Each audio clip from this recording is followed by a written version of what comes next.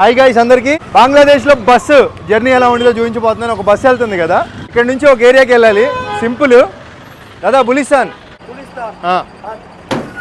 ఇట్లా మనం అడగడమే, అడిగి ఎక్కేసి వెళ్ళిపోవడమే. ఏమని అడిగా, బులిస్తాన్ వెళ్ళిద్దా అని అడిగాను. వెళ్ళిద్ది అన్నాడు. మనం ఏ ఏరియాకి వెళ్ళాలో ఇట్లా రోడ్ల మీద నుంచొని బస్సు అడగాలి. వాళ్ళు వెళ్ళిద్ది అని చెప్తే ఎక్కేసేయడమే. ఇంకో ఆశ్చర్యకరమైన విషయం ఏంటంటే ఇక్కడ ఎటువంటి టికెట్ ఉండదు బస్సులో.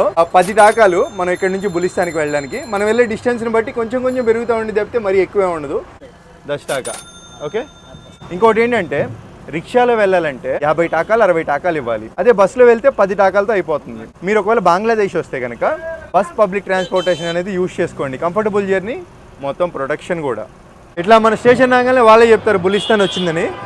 ఇంకా అయిపోయిందండి, మన డెస్టినేషన్కి మనం చీప్ ఖరీదులో వచ్చేసాం. వీడియో నచ్చితే ఏం చేస్తారో చేసేయండి.